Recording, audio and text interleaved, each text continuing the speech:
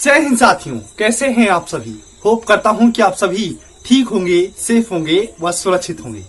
आज की इस वीडियो में हमसे बात करने वाले हैं कि आखिर फ्रीबीज क्या होती हैं, फ्रीबीज किस प्रकार से देश के लिए हानिकारक होती हैं, आखिर क्यों हमारे देश में ही ये फ्रीबीज जो है बांटी जाती हैं। इस वीडियो को देखना आप सभी के लिए इसलिए भी इम्पोर्टेंट है कि अगर आप सभी इन फ्रीबीज का नुकसान नहीं जानेंगे तो आप देश को डेमोक्रेटिक बनाने में अपना सफल योगदान नहीं कर पाएंगे। और आप सभी को इस बात को भी जानना चाहिए कि किस प्रकार से आप फ्रीबीज लेकर एक जिम्मेदार नागरिक का कर्तव्य नहीं निभाते हैं। यानी कि आप सभी को जिम्मेदार नागरिक का कर्तव्य निभाना चाहिए और इन फ्रीबीज को ठुकराना चाहिए, इनके खिलाफ खड़ा होना चाहिए। आखिर क्या कारण है कि हम सभी को किस प्रकार से एक स्टेट जो है या एक सेंटर जो है फ्रीबीज जब अलाउ करती है तो उसका क्या परिणाम पड़ता है, अन्य सुविधाओं जो हमारे लिए इसेंशियल है उन सब पर फ्रीबीज का क्या इम्पैक्ट पड़ता है। सबसे पहले हम सभी यही समझेंगे कि आखिर फ्रीबीज होती क्या है। सिंपल शब्दों में अगर कहा जाए, फ्रीबीज बेसिकली वह चीजें होती हैं जो हमें फ्री में, मतलब बिना किसी पैसे के पेमेंट किए हमें मिल जाती हैं। मतलब हमें कोई वस्तु दे, उसके बदले में हमसे कोई चार्ज ना वसूले, उसे हम कहते हैं फ्रीबीज। क्लियर है ना। सिंपल बात, अगर आप कभी मेले वगैरह में गए होंगे तो वहां आपको चाय फ्री में मिलती है, या प्रयागराज के मेले में जाते हैं तो आपको चाय, भोजन वगैरह वगैरह सब फ्री में मिलता है। या फिर कोई पॉलिटिकल पार्टियां जो होती हैं, जब भी चुनाव आता है तो वो कहती हैं कि हम प्रत्येक पढ़ने वाली महिलाओं को एक स्कूटरी फ्री में देंगे। इंटर के बाद जो भी युवा ग्रेजुएशन या पोस्ट ग्रेजुएशन करेगा उसको हम लैपटॉप फ्री में देंगे या टैबलेट फ्री में बांटेंगे। ऐसी बहुत सी सुविधाएं, प्रत्येक महिलाओं के खाते में 1000 रुपए हम जमा करवाएंगे, प्रत्येक श्रमिक के खाते में 500 रुपए, एलपीजी गैस सिलेंडर बिल्कुल मुफ्त, 300 यूनिट बिजली फ्री। यही सारी चीजें एक्चुअली में होती है फ्रीबीज। क्लियर है ना।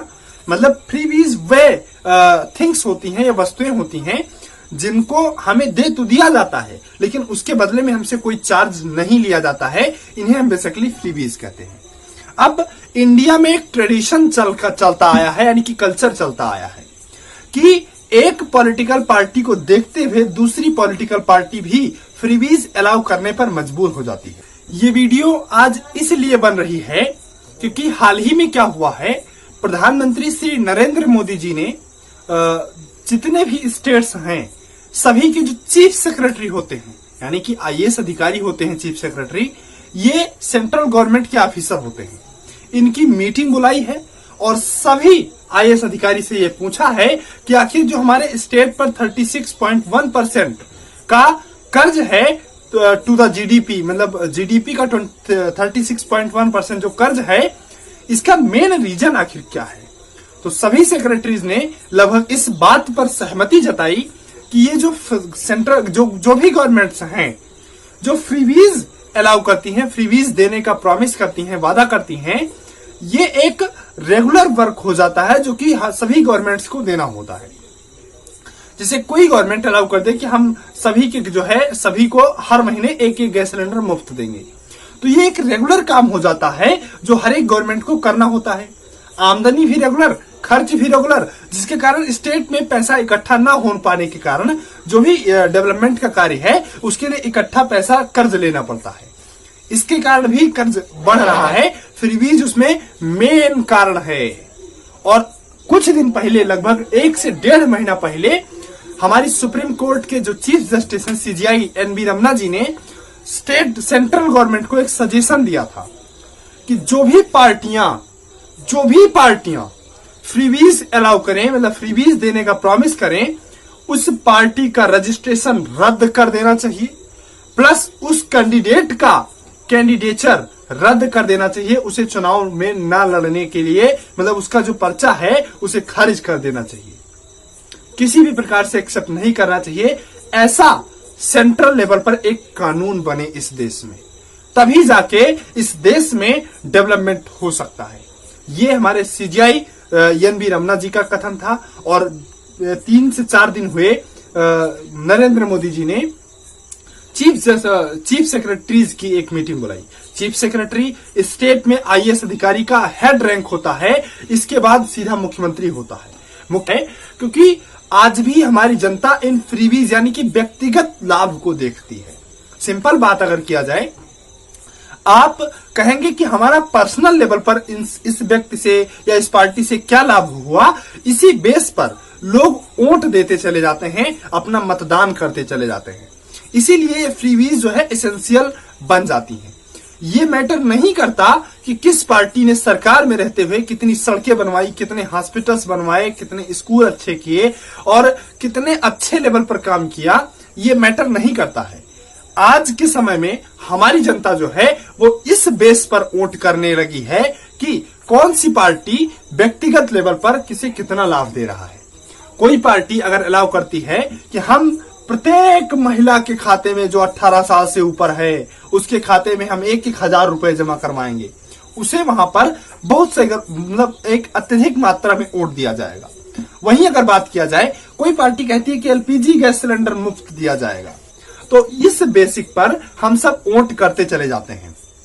जबकि जो एक्चुअल हमें सुविधाएं मिलनी चाहिए, सपोज कीजिए कि किसी स्टेट में आपको ये सारी फ्रीबीज तो मिल जाएं, लेकिन उस स्टेट की सड़कें अच्छी ना हो, उस स्टेट में एम्बुलेंस फैसिलिटीज ना अवेलेबल हो, ताकि आप कभी हॉस्पिटल जाना पड़े तो हॉस्पिटल में पता लगे कि एम्बुलेंस सेवाएं स्थगित हैं या कम ही एम्बुलेंस चल पा रही हैं, आपको ठीक ढंग से न्याय व्यवस्था ना मिल पाए, आपके बच्चे ठीक ढंग से शिक्षा ना अर्जित कर पाए, पता लगे कि स्कूलों में शिक्षकों की कमी है क्योंकि स्टेट गवर्नमेंट के पास उतना पैसा नहीं है, फंड नहीं है कि वो और शिक्षकों की भर्ती कर सके, कहीं आपको किसी भी प्रकार की समस्या फेस करनी पड़े, तो वो आपके लिए ज्यादा अच्छा रहेगा कि आपके लिए वो चीज ज्यादा अच्छी रहेगी कि आपको पर्सनल लेवल पर 1,000 रुपए दे दिया जाए। ये आपका फैसला है, आपका डिसीजन है। सिंपल बात अगर शुरुआत से किया जाए, किसी भी स्टेट की जो आमदनी होती है वो मुख्य रूप से 3 या 4 स्रोतों से आती है। पहला SGST, जो कि जीएसटी का ही पार्ट होता है जो स्टेट गवर्नमेंट को दिया जाता है। दूसरा जो पेट्रोल एंड डीजल पर वैट लगाया जाता है, वैल्यू एडेड टैक्स, वो। एंड तीसरा जो शराब वगैरह पे टैक्स लगता है वो। And fourth is the central government से जो स्टेट गवर्नमेंट को मनी पैसा मिलता है। कोई भी योजना जब से स्टेट गवर्नमेंट लागू करती है तो उसमें सेंट्रल गवर्नमेंट की भी भागीदारी होती है। वो जो पैसा सेंट्रल गवर्नमेंट द्वारा स्टेट गवर्नमेंट को दिया जाता है वो भी एक आमदनी का एक बड़ा साधन होता है। तो इस बेसिक पर सेंट्रल गवर्नमेंट के पास आय के सीमित साधन है। अब अगर आपका आय कम है और खर्च ज्यादा है तो जितना ज्यादा आप खर्च करेंगे इस डिफरेंस को फिस्कल डेफिसिट बोला जाता है। फॉर एग्जाम्पल, कोई स्टेट सभी स्रोतों से मिलकर 10 रुपए कमाता हो और उसके खर्चे जो है फ्रीबीज बांटकर 12 रुपए हो गए हों, तो जो 2 रुपए का डिफरेंस आया इसे फिस्कल डेफिसिट बोला जाता है। और ये 2 रुपए वह स्टेट गवर्नमेंट को कहीं ना कहीं से कर्ज लेना होता है।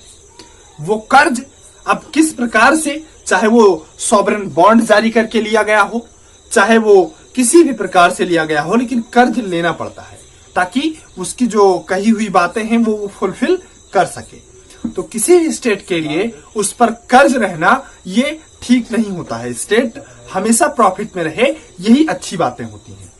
सिंपल बात, आज के समय में हमारे देश के स्टेट्स के ऊपर लगभग 36% कर्ज है उसकी जीडीपी का। वहीं कुछ प्रदेश ऐसे हैं, जैसे हमारा राजस्थान हुआ उस पर 39%, हमारा पंजाब हुआ उस पर 53%, हाईएस्ट पीक पर पहुंच चुका था। ऐसे बहुत से प्रदेश हैं जिन पर उनके कर्ज हुआ करते हैं। इन कर्ज को मैनेज करना स्टेट गवर्नमेंट की रिस्पॉन्सिबिलिटी होती है। हर एक स्टेट गवर्नमेंट की रिस्पॉन्सिबिलिटी ये होती है कि इन कर्ज को जो डिफिसिट है इसको मैनेज करे और अच्छे से इसको बैलेंस बना के चले। सिंपल बात, मैंने शुरुआत बात की थी, मैं अपने टॉपिक से थोड़ा विचलित हो गया। शुरुआत मैंने की थी कि फ्रीबीज किस प्रकार से एक स्टेट के लिए या सेंटर के लिए नुकसानदायक होता है। हमारे देश की चल परंपरा क्या है कि एक पार्टी फ्रीबीज घोषित करती है तो मजबूरन दूसरी पार्टी को भी फ्रीबीज देना होता है कि हम ये फ्री कर देंगे। और आज के समय में इंडिया में जितनी भी पार्टीज अवेलेबल हैं, सभी फ्रीबीज का ऐलान हर समय चुनाव में करती हैं। वहीं अगर बात किया जाए किसी अन्य देश की पार्टियां, वो इस बात पर ध्यान देती हैं कि हम एजुकेशन सेक्टर में ऐसा काम करेंगे, जैसे अपने यहाँ की रूट काज समस्या को ढूंढती हैं और उस काम को वो जनता के सामने रखती हैं कि हम इस काम को कर देंगे, ना कि हम आपको 1000 रुपए फ्री में दे देंगे। समझ पा रहे हैं? ना कि हम आपको गैस सिलेंडर फ्री में दे देंगे। किसी देश की या किसी प्रदेश की समस्या अगर महंगाई है तो हम कहेंगे कि हम महंगाई पर जो है नियंत्रण लाएंगे, हम एफडीआई विदेशों से ज्यादा अपने देश में लेकर आएंगे। ये होती है किसी देश के डेवलपमेंट करने की बातें। लेकिन हमारे देश में क्या होता है आप सभी जानते हैं, ये फ्री कर देंगे, वो फ्री कर देंगे। यही गलती श्रीलंका ने किया था, उसने टैक्सेस में कटौती की कि हम जो आप जनता पर लगाया जाता है टैक्स, उसको कम कर देंगे। यही वादा उन्होंने किया और इसके चलते, टैक्सेस में कटौती के चलते श्रीलंका की आज इतनी बुरी हालत है कि आप सभी समझ सकते हैं। यही गलती पाकिस्तान में हुई, जिसके कारण आज पाकिस्तान की सरकार भी गिरने के कगार पर है। आप सभी समझ सकते हैं कि फ्रीबीज किस प्रकार से एक देश के लिए नुकसानदायक है। जब एक स्टेट गवर्नमेंट की आय का साधन निश्चित है, सीमित है कि एक गवर्नमेंट कितना पैसा कमाएगी, उस बेस पर उसके खर्चे जो हैं वो भी तो सीमित हैं। और अगर वो उस पैसे को जो उसके आय के हैं किसी डेवलपमेंट कार्य, जैसे सड़क बनवाना, हॉस्पिटैलिटी मेंटेन करना, एजुकेशन सेक्टर में पैसा खर्च करना, रिसर्च एंड डेवलपमेंट करवाना, ऐसे सेक्टर्स में अगर पैसा खर्च किया जाता है, निवेश लाना, इंफ्रास्ट्रक्चर डेवलपमेंट करना, ये सेक्टर्स जो होते हैं किसी भी स्टेट के लिए, किसी भी राज्य के लिए, किसी भी गवर्नमेंट के लिए डेवलपमेंट के सेक्टर होते हैं। अगर आपको किसी भी प्रकार से लिक्विड मनी प्रोवाइड की जाती है तो इससे इन्फ्लेशन कम नहीं होती, बढ़ती है। मतलब अगर आपके खाते में, सभी के खाते में 1500 रुपए भी जमा करवा दिया जाए तो इससे इन्फ्लेशन बढ़ जाएगी। कारण क्या होगा कि आपके हाथों में लिक्विड मनी आ जाएगी और हमेशा लिक्विड मनी यानी कि तरलता इन्फ्लेशन के व्युत्क्रमानुपाती होती है। मतलब अगर तरलता ज्यादा रहेगी तो महंगाई ज्यादा होगी, मतलब अनुक्रमानुपाती होती है। तरलता कम होगी तो महंगाई कम होगी। लिक्विड मनी, तरलता मतलब लिक्विड मनी। सपोज कीजिए अगर कोई गवर्नमेंट आपके द्वारा, बैंक द्वारा लिए गए लोन को माफ कर दे, तो ऐसा नहीं है कि सरकार माफ कर दे, सरकार को पैसा नहीं देना होता है बैंकों को। एक एक पैसा गवर्नमेंट को, बैंक्स को देना होता है। उसके बाद क्या होगा कि आप क्या जाएंगे, दोबारा आप लोन ले लेंगे, मतलब केसीसी अपना करवा लेंगे, किसान क्रेडिट कार्ड बनवा लेंगे। इससे क्या होगा कि आपकी जेब में लिक्विड मनी आएगी, इन्फ्लेशन बढ़ेगी और इस कारण से भी हमारी जो कंट्री है, इसकी जो करेंसी है रुपया, ये डिवैल्यूएट होगी। डिवैल्यूएट मतलब इसकी डॉलर के मुकाबले इसकी कीमत घट जाएगी। समझ पा रहे हैं? ये सारी चीजें इंटर रिलेटेड होती हैं। इसलिए फ्रीबीज जो होता है ये कर्स्ड होता है किसी भी देश और स्टेट के लिए।